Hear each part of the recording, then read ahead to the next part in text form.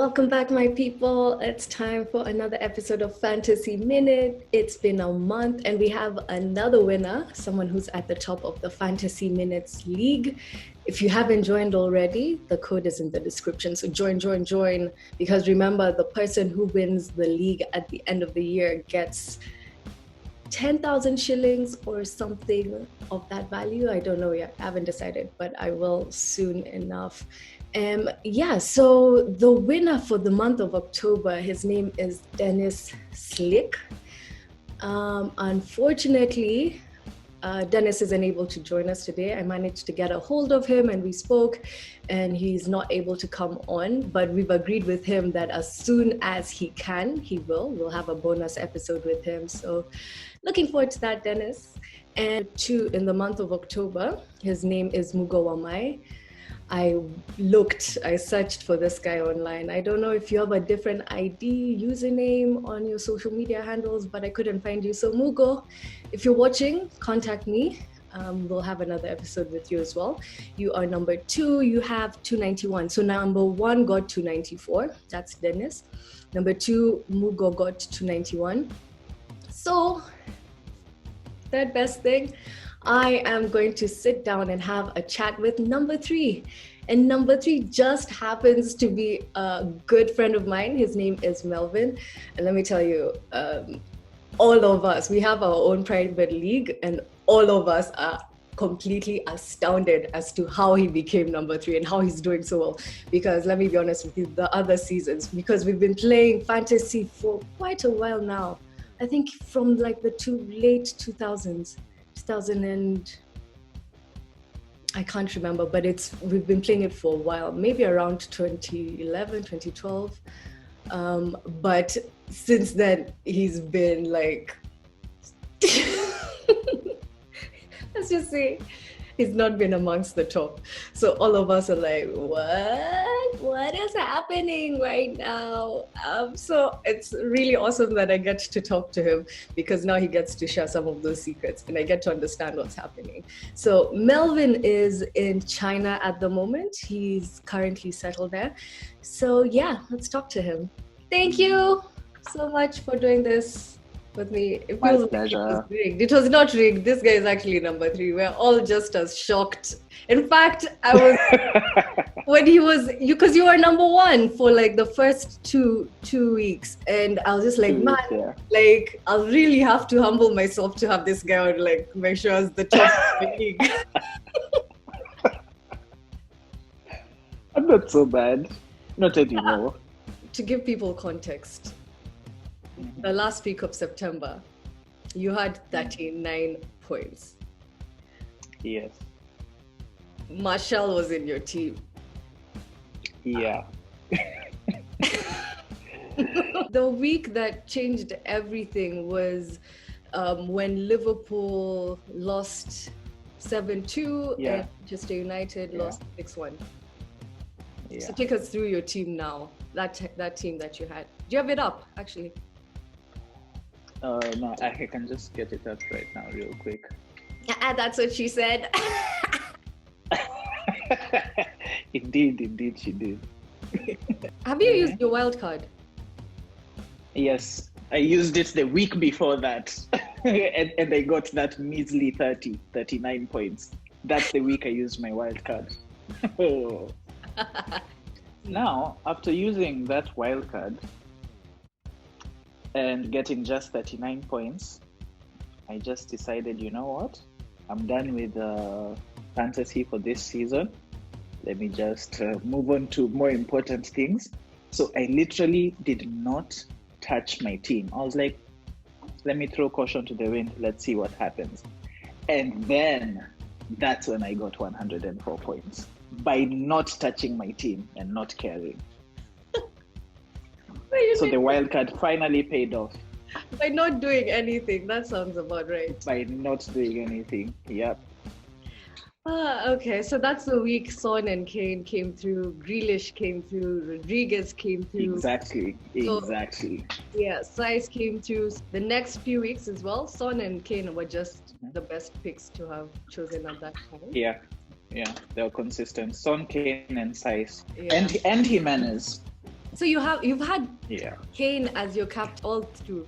Yeah. Just until last week, I decided to switch him with Son, maybe to make a differential, but that didn't work out.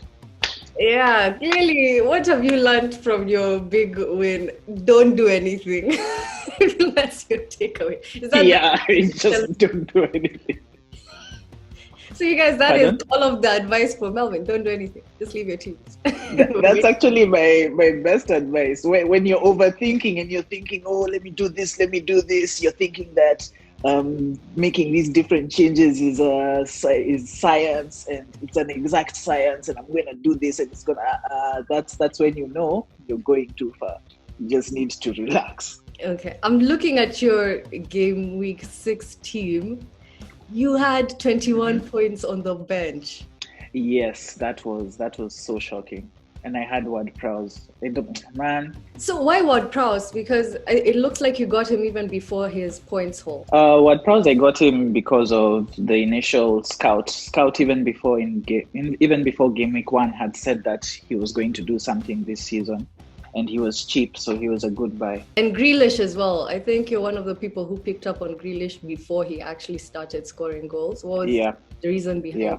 Grealish was also economy and all the stuff I was reading about him. So I watched a couple of games because I never watched games of teams that aren't the big four, including Manchester United.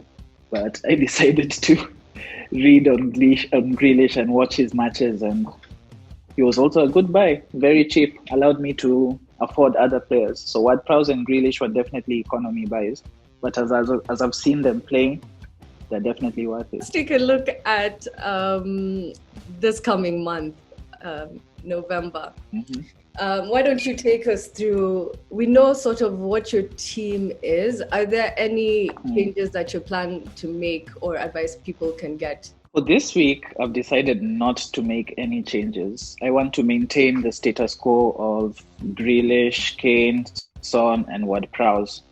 Then hopefully Calvert-Lewin and Jimenez get back into getting double-digit points.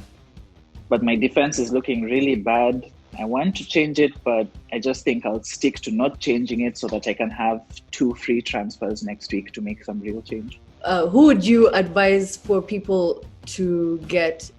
Get Tottenham players so far. Those are the money.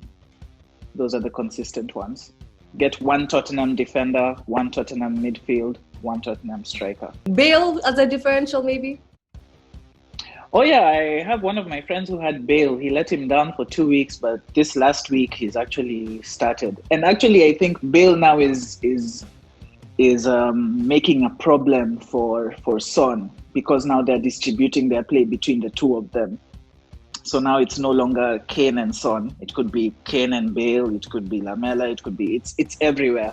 Things have changed. So actually, Bale might be something, but you still have to think that they're going to divide the points between Bale and Son. And in defense, I'm going for Wolves. I wish I had Kilman before, because Saiss is playing in midfield, and now with Neto coming up, so it means Wolves defense, Saiss will sometimes play if he needs to play midfield, but I don't see him playing in the back three. So Kilman would be definitely the one to go for.